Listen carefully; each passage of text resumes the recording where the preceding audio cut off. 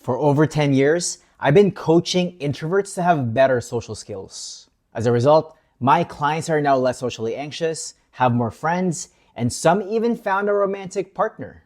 Today, I'll share with you the exact same advice that I've given to them. That way, you can avoid common mistakes and improve your social life much faster as well. But first, let me ask you a question. Have you ever felt like you're just drifting through life socially? You go to a few events and talk to people here and there, but somehow, nothing really clicks. You don't feel close to anyone, and honestly, it feels pretty lonely. But what if the real reason you're stuck isn't because you're awkward or not interesting? For me to explain this to you, imagine you're trying to build a house. So you show up to the lot with a bunch of tools and materials, but you have no blueprint. So you start hammering stuff together and hope that it turns into something livable. You see, that's how most people approach their social life. They don't really have a clear plan, so they end up just winging it. So they say yes to random invites and spend time with whoever's around. And somehow, they hope that this will turn into close friendships. Well, I hate to tell you this, but it doesn't really work that way. So what do you do instead? For me to answer that, let me tell you a quick story. One of my clients is a machine learning engineer. He's in his late 20s and has an introverted personality. When we started working together, I asked him what his ideal social life would look like. And because he hasn't given it much thought, he wasn't really sure. He said that he just doesn't want to be alone all the time. So I kept digging. I asked him to go deeper and imagine what his perfect Saturday would look like. He thought about it more and he said that he just wants something low-key. Just a handful of good friends, either sharing a meal, playing board games, or hanging out in a coffee shop. They're having awesome conversations about stuff that they're all into. And just like that, he now has his blueprint. And from then on, everything else became much easier to figure out. And in only a few months, he was able to find like-minded individuals that he was excited to spend time with. You see, you can't build something amazing if you don't know what you want. So before you worry about putting yourself out there, you have to clarify your ideal social life first. By doing so, you'll be able to make smarter choices. As a result, you'll be able to take the right actions, which will help you reach your social goals much faster. To help you out, I made a free cheat sheet that will show you how to approach and talk to anybody.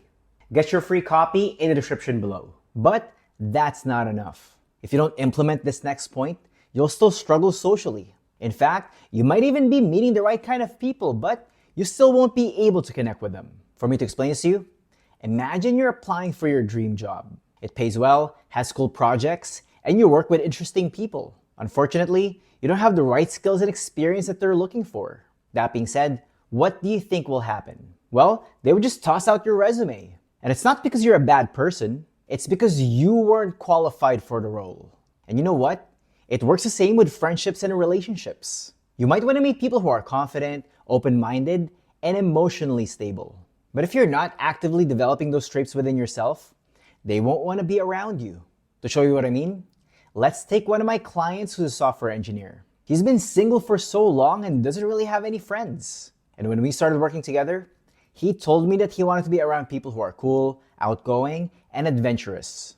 Unfortunately, at that moment, he doesn't really have a lot of hobbies. In fact, he was always at home, he's out of shape, and he spends way too much time playing video games.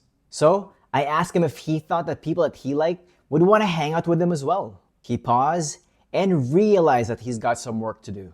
You see, that moment gave him a lot of clarity. He learned that in order to be socially magnetic, he had to develop attractive traits. That's when he started meditating and journaling to manage his thoughts better. He worked on his style and started going to the gym as well. He cut back on playing video games and started taking on new hobbies. And even though it took him a while to do those things, it was totally worth it.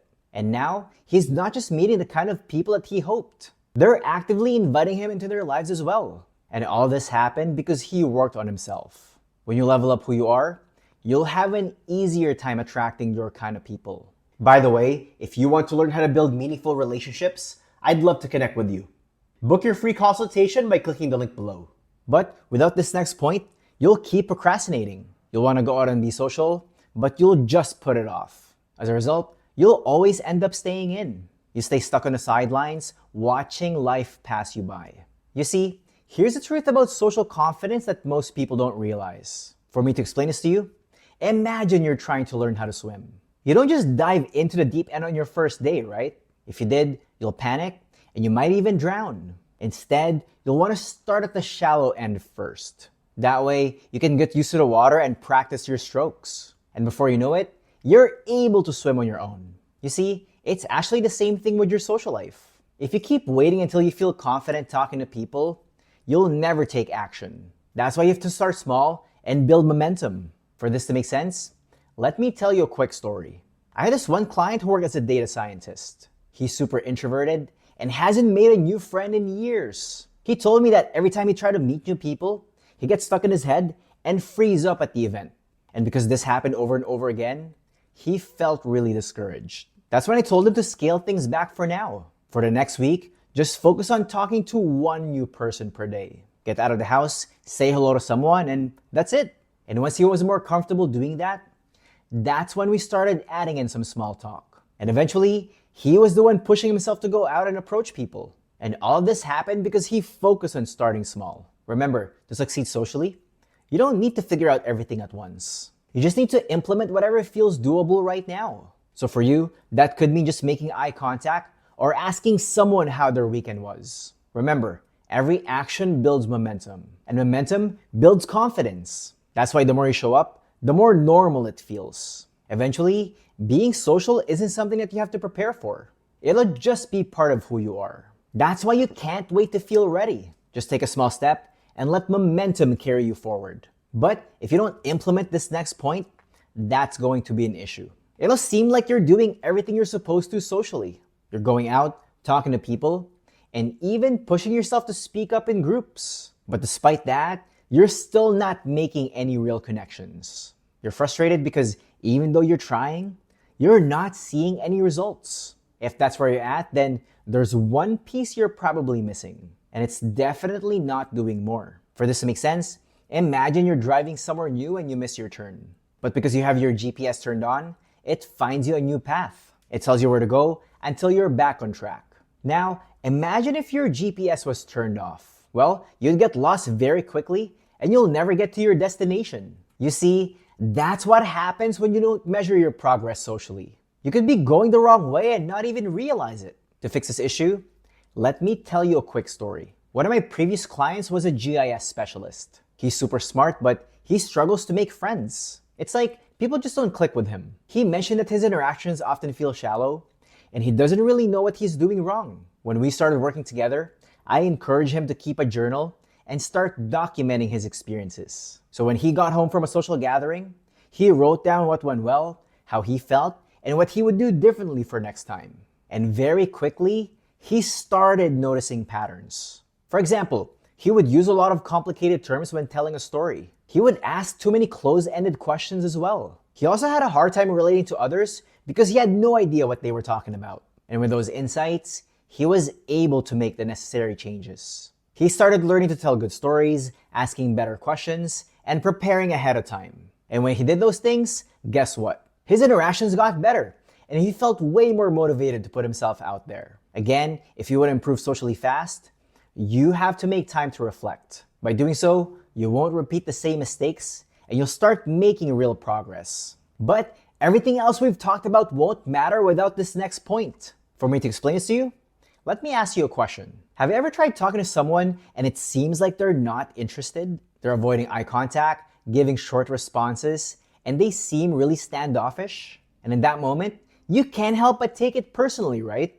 You start wondering if you offended them, or they just don't like you. But what if that isn't the case? And once you make this mental shift, rejection won't hit as hard. For this to make sense, let's pretend you're shopping for shoes. You found a pair that you like, but when you tried them on, you realize something. They just don't fit. So you move on until you find a pair that's the right size for you. You see, that's exactly how you should view rejection. When someone pulls away or doesn't vibe with you, it doesn't always mean you're doing something wrong. Maybe it's them and they're dealing with some personal stuff. Maybe they were distracted or your timing was just off. To make this more clear, let me tell you a quick story. One of the clients that I worked with was a network engineer. He's a really nice guy and just quiet by nature.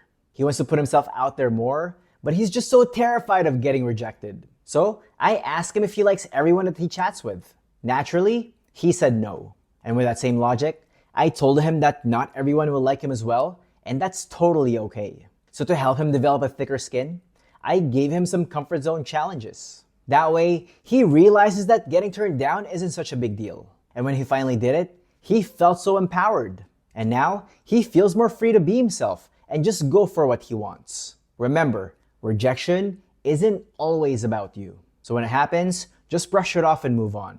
When you stop taking things so personally, you'll keep putting yourself out there until you find people who want to be in your life. But there's something important that we didn't talk about today. If you want to feel more connected, you have to be able to find like-minded individuals. If not, then your interactions won't feel as fulfilling. To make sure that doesn't happen to you, watch this next video. That's where I give you more actionable tips to build a social circle. By the end of it, you'll have more people to make plans with, so make sure you check it out.